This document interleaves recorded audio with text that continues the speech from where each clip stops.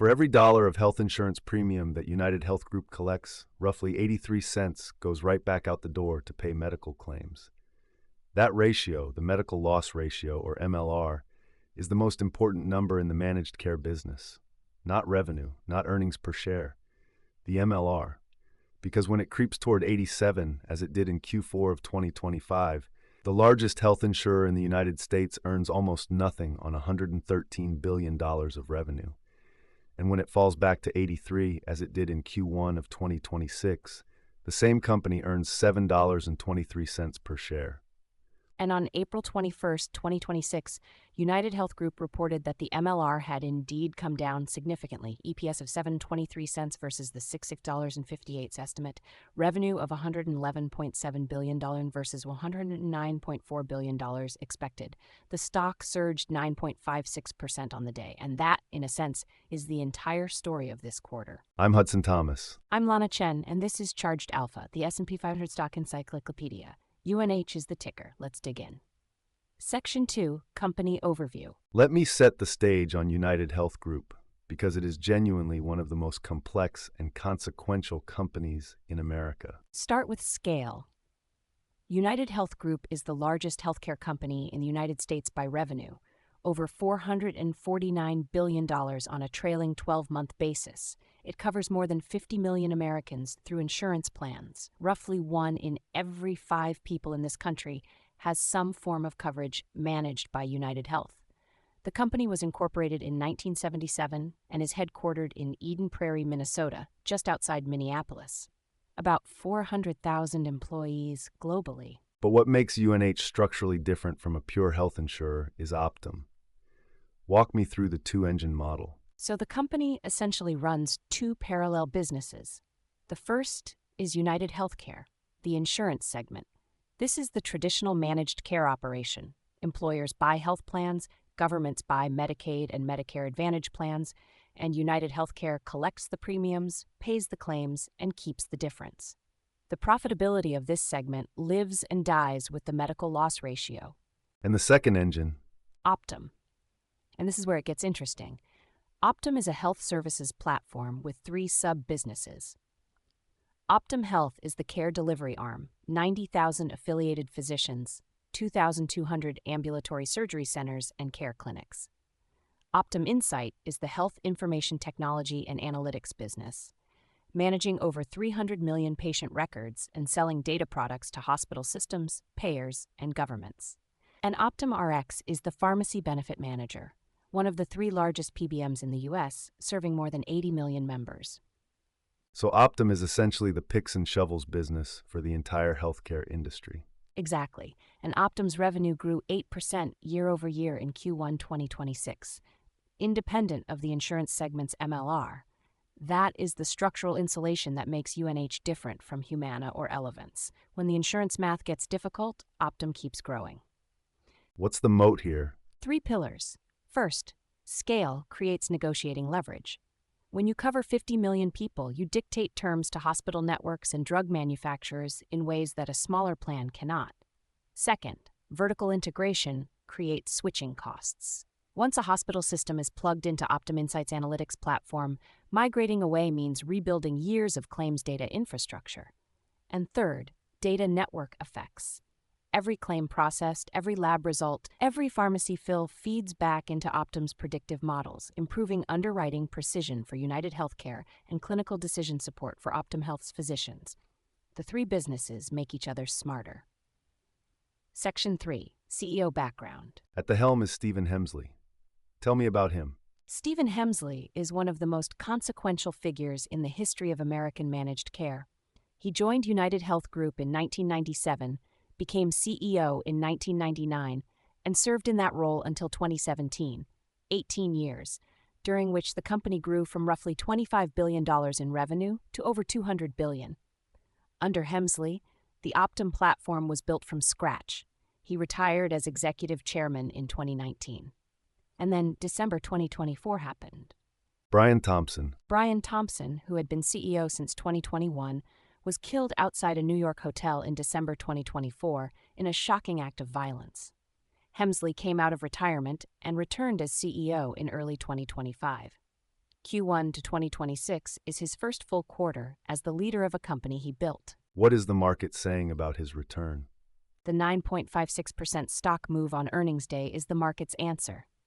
Hemsley's reputation is built on disciplined medical cost management and capital allocation. His operating philosophy, aligning physician incentives with patient outcomes through value-based care, is precisely the tool needed to address the MLR crisis that developed in 2025. The institutional memory he brings is irreplaceable. He knows where the bodies are buried, so to speak. Section 4, the numbers. All right, Lana, the numbers. Q1 2026 revenue was $111.7 billion versus the $109.4 billion consensus estimate, a 2.1% revenue beat. EPS came in at 7.23 cents versus 6.58 estimated. That is a 9.9% earnings beat, the largest quarterly upside surprise in several years. Net income was approximately $6.6 billion. Optum revenue grew 8% year over year, contributing roughly $55 billion of the total on an annualized basis. What happened to margins? The medical loss ratio improved to approximately 83% in Q1 2026, from approximately 87% in Q4 2025, when net income collapsed to just $10 million on $113 billion of revenue. That Q4 2025 result was one of the most striking misses in recent managed care history. The Q1 2026 recovery is meaningful, though management was careful on the call to avoid declaring victory. They guided for continued MLR improvement through 2026 without quantifying a specific full-year target. Valuation? The stock trades at 26.7 times trailing earnings, but the trailing number is distorted by Q4 2025's near-zero net income. On a forward basis, using the FY 2026 consensus estimate of approximately 17.45 in adjusted EPS, the forward PE is 20.3 times. Price to sales is 0.72 times on the new trailing revenue base. Price to book is 3.42 times. EV to EBITDA is 16.3 times. Market cap is $321.7 billion. The stock has rallied significantly from its 52-week low of $284.60, but remains 19% below its 52-week high of $438.85. Cash flow? Operating cash flow on a trailing 12-month basis is approximately $19.7 billion. Free cash flow after capital expenditures is roughly $16.1 billion. Cash on the balance sheet is $24.4 billion. Total debt is $78.4 billion. Net debt, $54 billion. The balance sheet carries significant goodwill of $110 billion and intangibles of $20 billion, reflecting the years of acquisitions that built Optum into its current scale. Current ratio is 0.79. Below 1.0 is typical for managed care companies, which collect premiums in advance of paying claims. Capital returns? Dividend yield is 2.5% on an $8.84 annual dividend, a payout ratio of roughly 66%. The company repurchased $4.7 billion in shares in fiscal 2025, total shareholder yield of approximately 8.5%. Overall, UnitedHealth Group's financial health is watchful. The Q1 2026 results are genuinely encouraging, and the Optum growth engine remains intact. But the Q4 2025 collapse was alarming enough and the regulatory overhang significant enough that strong or solid would be premature. The trajectory is improving. The destination is not yet certain. Section 5. What the Street Thinks. What does Wall Street think about UNH right now? The consensus is buy. Of the 28 analysts covering UNH, 22 rate it buy or overweight, 5 are hold or neutral, and 1 carries a sell or underperform rating. Average price target is $430, representing 21% upside from the current $354.41. The target range runs from $335 on the low end to $525 at the high. Notable calls? JP Morgan is overweight. Barclays and Wells Fargo are both overweight. Raymond James upgraded to outperform in early April, ahead of earnings, citing improving utilization data trends. Bernstein is outperform, and Jefferies reiterated buy the day before earnings. The upgrade cadence ahead of Q1 2026 reflects growing conviction that the MLR recovery thesis was playing out. And how did the street react to the actual results? The 9.56% single-day move is the street's answer. The EPS beat of 9.9% was the headline, but the market was really reacting to two things: the MLR improvement and the tone of the guidance call. Hemsley's message was measured. He acknowledged the difficult 2025 without minimizing it, pointed to specific operational changes in medical cost management, and declined to declare victory prematurely. That combination of results plus disciplined communication is exactly what institutional UNH investors wanted to hear. Section 6, the bull and bear case. Let's run through both sides. I'll start with the bull case. Go ahead. First, the MLR normalization is the defining catalyst. The improvement from 87% in Q4 2025 to approximately 83% in Q1 2026 is 4 percentage points on over $80 billion of annual premium revenue. Every percentage point of MLR improvement translates to roughly $800 million in additional annual earnings before tax. If the MLR stays below 84% for the full year, the earnings recovery will significantly exceed prior consensus estimates. Second, Optum is a structural growth engine that insulates UNH from pure insurance volatility. When the insurance math was terrible in Q4 2025, Optum kept running. The 8% year-over-year revenue growth in Q1 2026 signals that the services businesses, physician practices, pharmacy analytics, are growing independently of the claim cycle.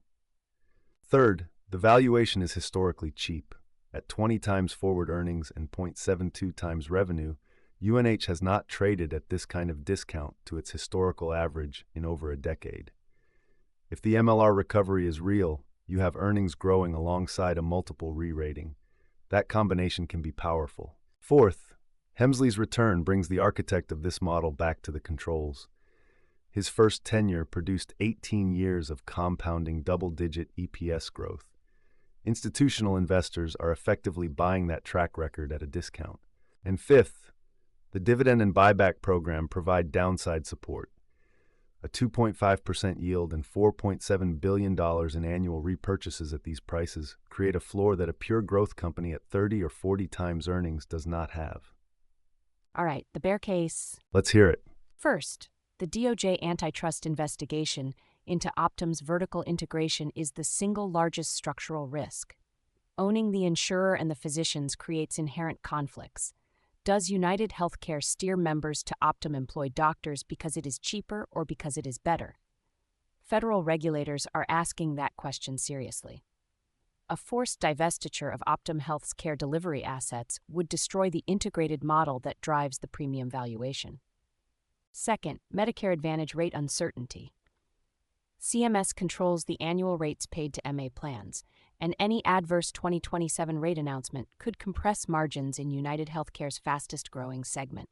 Congress is increasingly scrutinizing MA plan profitability, and the political environment for any program that generates 20% operating margins is not favorable. Third, the Q1 2026 MLR improvement may not be durable. Deferred care utilization has been episodic throughout 2024 and 2025. GLP-1 weight loss drug coverage mandates are expanding. A second wave of elevated procedure volumes or pharmacy spend could push the MLR back above 85% by Q3 to 2026. Fourth, Change Healthcare legal exposure. The February 2024 cyber attack disrupted 40% of U.S. healthcare claims processing for weeks. Ongoing litigation from hospital systems, physician groups, and state attorneys general could generate billions in liability that UNH has not fully reserved against. And fifth, political and regulatory scrutiny. UNH is the largest health insurer at a moment of intense public and congressional focus on prior authorization practices, claim denial rates, and healthcare affordability. Any legislative restriction on prior auth, new transparency requirements, or profit caps in government health programs would directly reduce the addressable profit pool. Section 7. Peer comparison. How does UNH stack up against its peers? The most direct peer is Elevance Health, ticker ELV, the parent of Anthem and the number 2 managed care company in the U.S. Elevance trades at about 14.8 times earnings and 0.42 times revenue. Its heavy Medicaid exposure and Blue Cross Blue Shield brand give it geographic diversification, but without Optum's services moat. And Humana? Humana, ticker HOM, trades at about 18 times earnings and just 0.23 times revenue. Humana is almost entirely Medicare Advantage focused, which means its MLR challenges are concentrated in the most regulated segment of the market. It has traded at an extreme discount to its historical multiples as the MA rate environment disappointed. Cigna, ticker CI, at about 11 times earnings and 0.30 times revenue. Cigna has leaned into pharmacy through Evernorth, the Express Scripts acquisition, giving it a PBM revenue stream similar in concept to OptumRx. It is cheaper than UNH on every multiple, but its insurance segment is smaller and less diversified geographically. So UNH commands a premium across the peer group. It does. At 0.72 times revenue, UNH is the most expensive managed care company on a PS basis. That premium reflects the Optum platform, the scale advantages, and the data network effect that competitors have not replicated. Whether that premium is justified depends on whether the MLR recovery holds and whether the DOJ antitrust risk resolves favorably. Section 8, Options Activity. Let's look at the options market. Post-earnings implied volatility sits at the 58th percentile, elevated after the 96% earnings day surge, but not extreme given UNH's history of policy-driven volatility. Current IV is 42%, which is above the stock's normal range given its low beta of 0.41.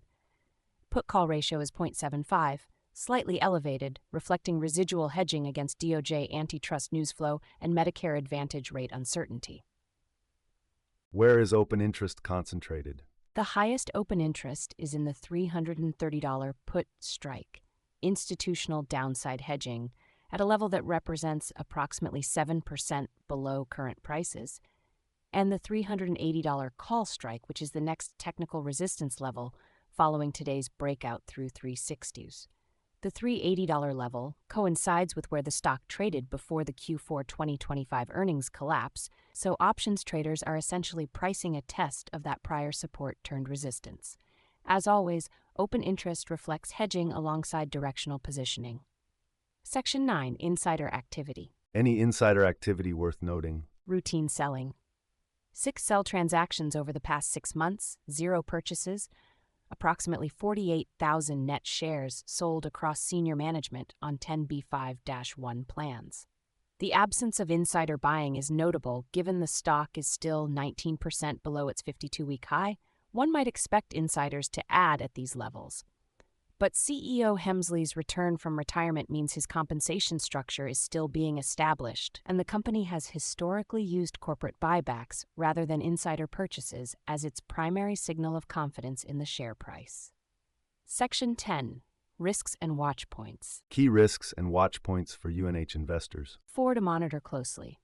First, the DOJ antitrust investigation timeline. Any news of a formal complaint, settlement negotiation, or structural remedies would be the single largest near-term stock catalyst in either direction. Second, the Q2 2026 medical loss ratio. The Q1 2026 result was the first green shoot. Q2 2026 will tell us whether the MLR improvement is seasonal or structural. Third, CMS 2027 Medicare Advantage rate notice expected in early to mid-2026, which will determine the revenue and margin outlook for UnitedHealthcare's government segment for the following year. And fourth, any new developments in the Change Healthcare cyber attack litigation. The key metrics? The MLR is number 1. Below 84% is the target range. Optum revenue growth is number 2. The thesis requires the services engine to keep growing at 7 to 8% annually. Operating cash flow per quarter is the third. The Q4 2025 collapse to $1.1 billion from a normal $5 to $7 billion was alarming. Q1 2026 OCF recovery will confirm whether the cash generation machine is back. Section 11, the bottom line. Let's bring it together. The verdict on UNH? UnitedHealth Group is the world's largest healthcare company in the early innings of a recovery from one of the most turbulent years in its history. The Q1 2026 results: EPS $7.23, revenue $111.7 billion, MLR approximately 83%, represent genuine improvement. Optum is growing, Hemsley is back, the stock remains historically cheap at 20 times forward earnings. The risks, antitrust, Medicare Advantage rate policy, Change Healthcare liability, are real and not fully resolved. The recovery thesis is credible but not confirmed. The metrics to watch. MLR every quarter without exception. Below 84% for the full year of 2026 is the bull thesis. Watch Optum revenue growth. Below 6% YOY would be a warning sign. And watch the DOJ antitrust news flow. That is the binary risk that no financial model can price with precision. Section 12, closing quote CTA. We close every episode with a quote. For UnitedHealth Group, a company that spent decades building Optum one acquisition and one physician practice at a time, long before the payoff was visible, this one fits. From Warren Buffett. Someone's sitting in the shade today because someone planted a tree a long time ago. That's the Optum story exactly. Hemsley planted that tree between 1999 and 2017, and the company is sitting in its shade even when the insurance math turns against them. That's going to do it for this episode of Charged Alpha on UnitedHealth Group. And hey, if you want to run the same research workflow we use to build these episodes, everything's free at chargedalpha.com. 11 screening tools across stocks, ETFs, options, crypto, bonds, REITs, commodities. No sign-up, no paywall. The same data that powers this show is sitting there waiting for you to run your own screens. Check it out. Until then, I'm Hudson Thomas. Section 13, Outrow Required Disclosure. This podcast is for informational and educational purposes only. Nothing discussed today constitutes a buy, sell, or hold recommendation for any security mentioned. All investments carry risk, including the risk of total loss of principal. Past performance does not guarantee future results. Always do your own research and consult with a qualified financial advisor before making any investment decisions. The hosts and producers of Charged Alpha may hold positions in securities discussed on this show. This episode was researched, written, and produced using AI-assisted tools. All data has been aggregated from publicly available sources and may contain inaccuracies. Data is current as of the recording date and may have changed. Ooh-wee-doo! That ticker tape starts dancing fast. A bull market thrill that's built to last. Dividends are ringing up the swing. Listen to that sweet ka-ching. It's a Wall Street swing. That fast-paced rhythm makes you sing. Yeah, the Wall Street